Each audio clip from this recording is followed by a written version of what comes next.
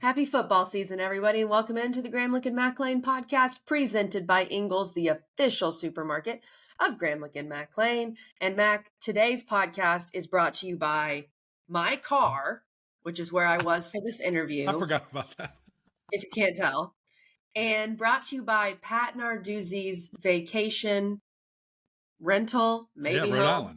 Maybe in family Rhode home. Island. Yeah. So that's where we were. We appreciate the Narduz. I mean, shout out to the Narduz for being ready to talk to us even on his vacation. We appreciate it. Yeah. Coach Dews, EJ Borghetti. I mean, making this happen was crazy. The fact that they did it on vacation. Coach, very grateful for you. Thank you. I hope the family wasn't too mad that we took you away. We kept it short and sweet, though. We made it happen. We're talking about the Pittsburgh Panthers and love this conversation. Love Coach Narduzzi. Always grateful for his time. So without further ado, let's get to the Panthers. At Ingles, we know your closest companions are the ones who are always there for you. The ones you trust to have your back, no matter what. Who make the hard times a little softer. And the good ones, somehow, a little better. That's what family is all about. Whether they walk on 2 legs or 4. Ingles, all the ingredients for family. Coach Narduzzi, great to see you. Welcome back to the podcast. Our first ever remote. You're on vacation. KG's in the car. I'm just here in the office. Great to see you, brother. Thank you for joining us. You're the only one working today, huh? You know what? I didn't get the memo. I apologize. So where are we, Coach? I hear beautiful birds in the background. I see you're on some type of deck or something. Come on. Yeah. I am in Narragansett, Rhode Island. This is kind of where we go every summer as a family. So, my wife Donna and the 4 children are up here together and just trying to get away. This is the only time to get away, but you're never still away. That's you're right. phone call away. Been making phone calls all week. It's just, it never ends. But this is better than being sitting in the office, I guess. Yeah, you say you're never away. Graham Lincoln Mac Lane will find you, unfortunately, Coach. No doubt. We'll find you. Before we get into football, we know you're a big golfer. And can you walk us through, I mean, you've been on the injured reserve a little bit. Like, we hope you're getting back soon. Yeah, Kelly, I am not a good golfer, okay? If you search Patrick Narduzzi, you'll find that my son is a really good golfer. And people sometimes confuse it for me and like, oh, this guy's got like a 2 handicap. Like, that's not me. I'm double-digit handicap. I don't golf very often, but I tore a little bicep tendon in the spring golfing down in Atlanta charity golf outing at the Peach Bowl Classic, and so I've been on the IR since then, but haven't missed a day of work. Yeah, you'll be back, and you're going to be stronger and better than ever. I can't wait to see it and get you back on that golf course with your boy. I know he's missing that, but let's jump into your team here, Coach, and let's start with your offensive coordinator, because you bring in Cade Bell from Western Carolina, a team that just, casually averaged 504 yards per game, number 1 in all of FCS, and over 37 points per game, which was like 4th in FCS. What made him the perfect fit for Pittsburgh? Yeah, Eric, I think, just a combination of a lot of things, but the right fit at the right time, I think. I know our offensive players are excited. Our coaches are excited. I'm really excited. Just to watch and see what what we have on offense this year. We've been pretty solid on defense for a few years now, and to be explosive on offense and give ourselves a chance to win more football games, I think is going to be critical. Some people talk about it. We're going to tempo, we're going to move fast. We did that in the Kenny Pickett era. We did that. So it all depends on who you have, pulling the trigger. Nate Yarnell, Eli Holstein are 2 of our quarterbacks that we got a lot of faith in right now. Ty Diefenbach's another young guy that. It's pretty good. So anytime we talk about offense and offense coordinators, starts with that quarterback. Yeah, always does. And Coach Nate Yarnell's a guy who, it's kind of refreshing. I mean, he's been at Pittsburgh for a very long time. He's been in your system. And I'm from Texas. I'm from Austin. I know Lake Travis. So I understand where Nate Yarnell comes from basically a college program in high school. I mean, he's been playing college ball for a long time. What have you seen from him in the spring, in the summer, and also talk about Eli as well? But what do you like about both those guys? Right. Again, the one thing about Nate is, like you talked about, the loyalty. Nate has been loyal to the University of Pittsburgh. It's a word that's, it's not common in college football anymore, whether it's conferences, players, or coaches. Okay, I'm going on season number 10. So to me, loyalty, that was something I grew up with. That was, something my dad had folded up in his wallet and carried around with him, Yeah. talking about loyalty every day. And Nate's been loyal to this program. Nate's never had a chance to go through a fall camp or a spring ball being the number 1 or number 2 quarterback. But all he does is go out there and give us a chance to win every Saturday. And that's what intrigues me about Nate Yarnell. He's a winner. He's a leader. And then, talk about Eli. Eli's going to push him this fall. I mean, we're going to have competition at that position, and they both know it. And there's nothing better for a football team than have competition at every position. No, there's no question about that, especially at a position like that is so impactful, touches the ball every play, things of that nature. You talk about loyalty. We're going to go a string of guys here that I think that word really resonates with you and with Pitt faithful, seeing those guys. And Gavin Bartholomew is back, and that guy is an absolute freak. I love the way that he plays, love the way that he's just a tenacious guy. What does that mean, for your offense here to have a guy like that who's back, who's ready to go, and kind of wants to shake off last year at all costs? Yeah, I mean, Gavin, again, another guy you talk about loyalty. I mean, like you said, moving to the tight end position, Gavin's unbelievable. Matter of fact, I just retweeted a tweet that Jim Nagy from the Senior Bowl, tweeted out about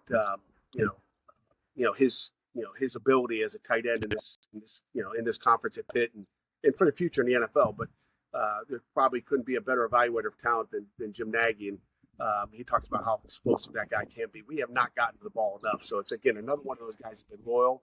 He's trusted the process. And I think he understands that it's not about touches. I mean, Jim Nagy's already noticed you. So it's not about how many touches you get. It's what you're doing when you don't have the ball. And that's a guy that's, bought into the team concept that we sell here at the University of Pittsburgh. So, I think that's all part of the whole package. But Gavin's going to be a big-time player for us in this offense this year. I think that, people are going to see Gavin do things he's never done before. Wow. I love to hear that. I know he loves to hear that. And I love probably, to hear that too. Yeah, I've been begging for years. Like, can we get him the ball, please? Please. Well, please. And that's kind of where I wanted to go next. Is there a number in your head where you're going to be, looking at Cade and saying, Coach Bell saying, hey, let's go, get him the ball. We got to find a way to get him touches. Is it a per game thing, or what's in your mind with that? Yeah, every Thursday we have a staff meeting, and I talk about, like, who are our players and who are we featuring, and it all depends on what the defense is. So it's right. You hate to put a number in your head, but I do know this: get him short passes. That guy's like a tailback. He's a big tailback. He's a 6'4", 245, 250-pound tight end that runs good routes, catches the ball, but he might even be better when the ball's in his hands and running people over and hurdling people. We don't get to see enough of that. It's usually catches down the field and maybe it's a catch and a tackle, but like to get him the ball in his hands and let him run with it will be something I'm looking forward to seeing. Can't wait for that, Coach. Another guy who we talk about loyalty and has stuck with Pitt, and someone who's really had his moments in a Pitt uniform, but I'm excited to see what he can do this year, is Rodney Hammond Jr. at running back. I feel like that's going to be another guy you guys are going to be featuring a good bit in this offense. No question about it. Rodney's a guy that's, again, been here for a while, and we got to keep him healthy. I mean, that's the main thing. I told him the first day of doubles, I guess the first day of practice in the fall, he's not going in any live periods. Because the last 2 years we've lost him in the first live period. I'm like, he just can't go in the first live period. Second one would go. So we'll keep him out of the first live period. Rodney's going to be good to go. But he's an explosive back. People talk about him being a goal line back. But he's he proved in that Boston College game this year when he's healthy that he could take it to the house, and we're excited about him. Yeah, I don't think there's any question. He's a 3-down type of guy. The things that he can do, and I think back to, before Izzy Abanikanda exploded, he was the guy. And you're getting him the ball in space, doing all these featured things. So excited to see kind of his final form this year. Let's go over to the defensive side of the ball, Coach, because we don't need to talk. Let's just keep it We'll talk future defense. We'll talk about this year. Yeah, right. I love that. That's music to our ears. But you guys get after the quarterback. It's what you do. It's the standard that you've set. How do you get back to that? What is it? Points of emphasis? Is it technique? Is it just calling different things to get back to pressuring and sacking the quarterback? Yeah, it's a great question, Eric. I'm going to give you an answer. You're going to go, oh yeah, that's exactly right. Number one, we got a new D-line coach. And so I'm excited to watch Tim Dowse take over for Charlie Partridge, who left for the Indianapolis Colts. So we're excited about that. But how do you get back to it? You have to score some points. Okay. if you're behind the whole game, people are going to continue to run the football. You got to get Yeah. up on people. And I think, our defense will be, when Kenny Pickett's throwing the ball around and you're moving the ball and you're scoring points, people got to, to win, you got to, score points. So I think that's, kind of what we'll look at. Our secondary will get tested more, which I think will be good. But if you're even in the if it's a tie game, if you're down 7, if you're up 7, it's still, a tight game. Your defense is going to, be put in a position where you're stopping the run and the pass at the same time. We always talk about stop the run first, okay, Yeah. and then everybody likes to rush the passer. But if you don't stop the run, number one, which is the critical thing, is stopping the run this year. And again, sometimes the points on the boards dictates that as well. I think rushing the passer, comes natural. Yeah, that's a great point. Great point. Yeah, makes sense too. I mean, it is all connected there, Coach. And you bring up your secondary. Pitt known for producing great guys in the secondary. Donovan McMillan's a guy who had over 100 tackles last year. I feel like he can be an anchor for you all. Who do you feel like is going to step up really in that secondary? Yeah, I mean, our safety position's probably loaded. Last year we went into fall camp kind of going, who's our guys back there? Javon McIntyre was the guy that everybody in the secondary and everybody on defense felt comfortable with. And I was like, who's the number 2 guy? And they'd be, Coach, we don't know yet. We found out during the season that Donovan McMillan is a football player, but he wasn't in fall camp. Last year, if we'd had this podcast, we wouldn't be talking about, Donovan right now. But Donovan is a guy to talk about. But between Donovan, P.J. O'Brien, and Javon McIntyre, those 3 back there are going to be, 3 guys that are going to rotate in there a lot. And then we have another one that I said he's a spring All-American, Cruz Brookins, a 4th one that this spring showed everybody on the team. If you asked about one player that our team was talking about post-spring ball, was Cruz Brookins. But I said, hey, spring All-Americans don't matter. Okay, we're going to find out what to do at fall camp. And he's just a baby. He's going to be an outstanding football player. I got a lot of faith and trust in him that he's going to, do what he did this, spring, this fall, and during the season. So we're really good back there. And at the quarter position, Rylan Gandy is the one guy, that I think has a true position, kind of like that safety position last year where people talked about, Javon McIntyre. But Rylan Gandy's the guy that I say has, tied up a position back there, unless these guys, beat him out this fall. But that other position's wide open. Rashad Battle's an older guy that has a ton of talent from down in Georgia that we're excited about, and we're gonna hopefully find out what he's got. Tamon is another guy that so we've got a few guys back there that we're excited about watching, play ball, and it should be exciting to watch those corners now develop this year, like our safeties did in 2023. Yeah, no, I know it's vital, especially with what you guys do and the stress that you're going to put on those defensive backs to make plays, get in or get out. It's one of those type of things. Last one for you, Coach. We're going to get you back to your family. We're going to have some new technology next year with iPads on the sideline. We get to see video right now. I can't lie to you anymore and told you where a guy came from or where he lined up. And we also have coach-to-player helmet communication. How is that going to affect you guys on game day? How's it going to change kind of your rhythm? And what do you like about it? It's funny you talk about the iPads and, and all that. I don't know if I was dreaming last night, but like in the middle of the night, I don't know what made me think this is bad when you're on vacation. You're thinking about it. But I had a dream like, this iPad's going to be so good. This is true story. And I'm not BSing you here, but like someone's going to be bringing me an iPad on the sideline. Like, Coach, what do you think about this play? And I'm going to be sitting on the sideline looking at this going, okay, and be able to communicate. I can do a better job coaching when I can see.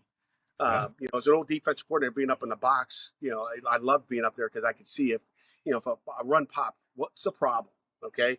And again, in the middle of the night, I was thinking about the Syracuse game where we couldn't see where the run fits are. We're in Yankee Stadium and, the press box is 2 miles away over in, first base, and you couldn't see the field like a normal football stadium. And probably couldn't have been a more critical game to have iPads in that game or a normal press box in a college football stadium to see exactly what's going on from the box. So those iPads will be vital for our staff. Mm-hmm. I can't wait to be looking to at least, contribute a little bit more on game day, not just during the week as far as game plans go. So, and then the in helmets, it's going to be a work of progress. I think. I mean, it's going to be great communication. I still think there's going to be signaling going on. I worry about all the signal stealing. I wish it was a better way of, getting the communication to the players. I think there's still communication issues there. And then, I get a text message late last night. You'll be the first one to hear this, that the NCAA is talking about, I got this from the ACC office about, now talking about unlimited headphones on the sideline. So I think there's some great things about that, giving everybody an opportunity to communicate. Matter of fact, Eric, we'll give you and Kelly one, so you guys can help us from the booth. Yes. If we can, we'll give you a little extra pay. You guys can tell us if you see something up there. So as many people on the headphones, that's great. But, we sit there and make these decisions and say, hey, yeah, I'd like to do this. I'd like to do this through a text message.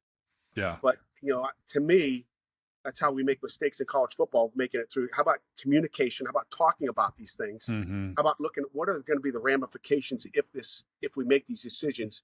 And when you get a text message at 8:00 at night or midnight, whatever it is, it's kind of like we're making decisions, via text message, not talking out the issues that we may have with this. There's rules for a reason, and I'm big on keeping rules and keeping things the same. But it'd be nice to have everybody in the headphones. But there's going to be the bad to it too. Yeah, well, I appreciate that. And the only thing, if I can suggest a play, it's 4 verts. Like, that's what we're doing. I'll probably put a bender in the middle. Gavin, I'm going to let him be the bender. And, we're going to do that every other play. So thank you for letting us be for on an the offensive headset. lineman, talk about 4 verts. I guess we're going, baby. I was a finesse guy. I was an athlete, big athlete. And that's why I don't like cover 3. Eric. That's cover true. 3 you like, but like if you're if you're playing a quarters team like us, 4 verts ain't so good. We got 4 guys that can it's not working. We got 4 guys that can left to you. So you better Don't figure worry. out something. I believe in running the ball. So I got you. Goal line situation, Max, throw the fade. I'm like, are you crazy? Run the ball. I told Coach Bell, Coach Bell, our offensive coordinator, I said, I don't care, run, pass. I want the officials to do this when That's we're done. right. Exactly. Daggum right. I want touchdowns. I want points. I care less if it's a run or pass, if it's fast or slow. Doesn't matter. I love that. Coach, you're the best. It's great to see you. Go get back to vacation. Thank you for joining us. It's always a pleasure. You're welcome. My pleasure as well. And go to Pitt, guys.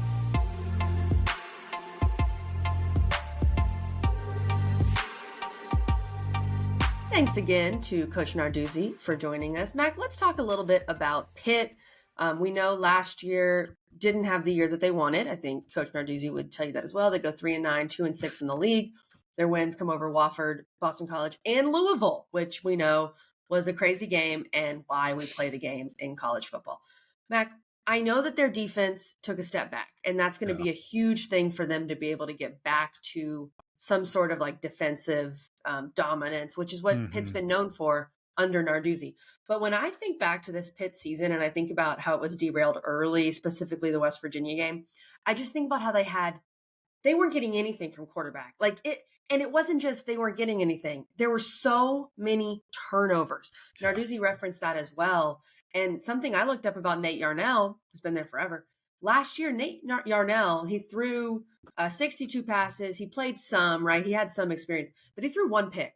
Right. In that whole time. So if Nate Yarnell can take care of the football with some of the pieces that Narduzzi talked about, I think you can only go up because the quarterback position was a real issue for them last year. It was brutal. And it was just holding on and maybe holding on a little too long. And you didn't want to ask him about that, but maybe that was the case. We all know. We all saw We all it. know. Yeah. We all know. We were there in person, got to see it up close. And it just didn't work. And it's a shame. It really is. But when you look at that, what I thought was the most interesting, KG, and I think you're spot on with the turnover, analysis there, was also the best way to help our defense is if our offense does what they need to do. I mean, it seems like such a elementary or easy answer, but it is totally true, because if I am ahead of you, if I am winning the game, I'm just running the ball. I'm holding on to it. I'm not giving you a chance to hit my quarterback, create some type of turnover, create some type of momentum.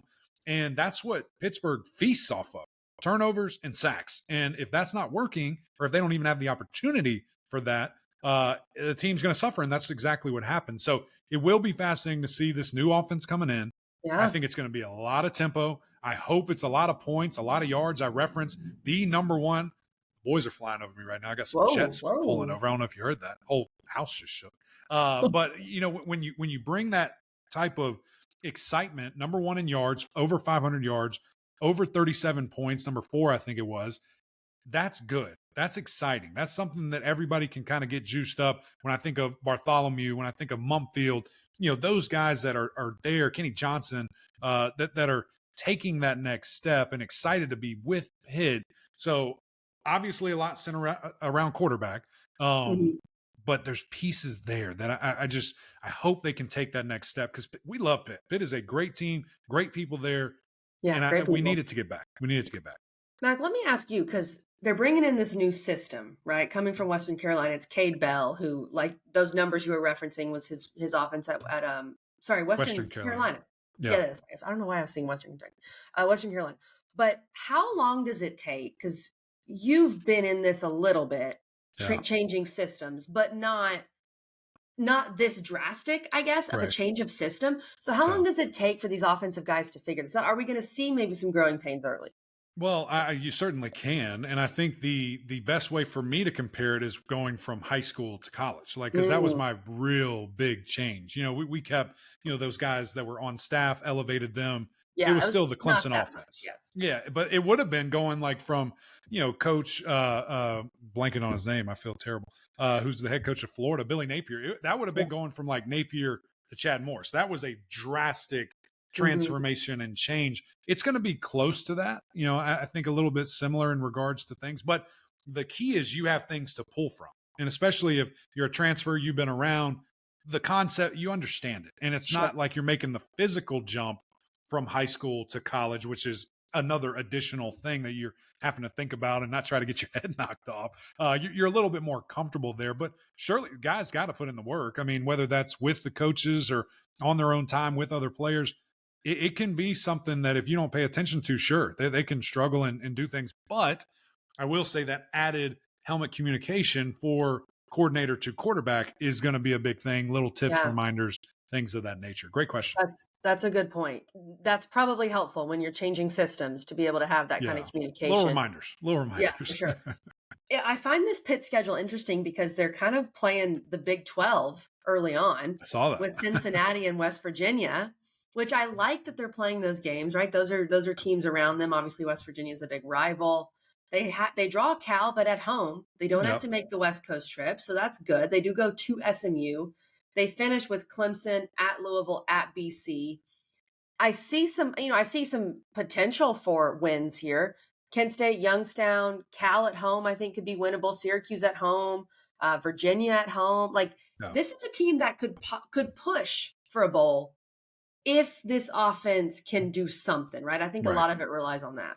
Yeah, I agree with you. What's the number? Do you have the number nearby? What the win total is? The win total is at 5.5. I'm a little surprised by that. Yeah, give me the over. I think bowling is where we, get back to, what this team kind of strives for. And again, we talked about that, the loyalty and those guys saying, we're not going out this way, not here, not what we, strive for. And I think that matters. I think that matters in off-season workouts. I think that matters in fall camp. I think it matters in meetings.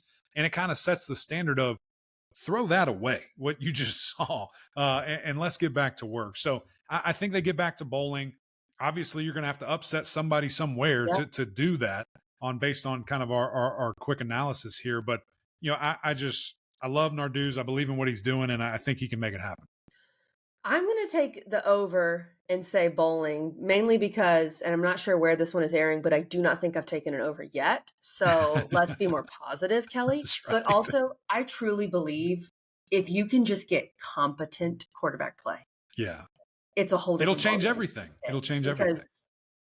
We don't have to beat that dead horse, but I think Pitt fans would agree. Just some competency there, and things are going to look a lot better. Yeah, I agree with you. So we'll see. It'll be fun. It's going to be fun to keep rolling with these.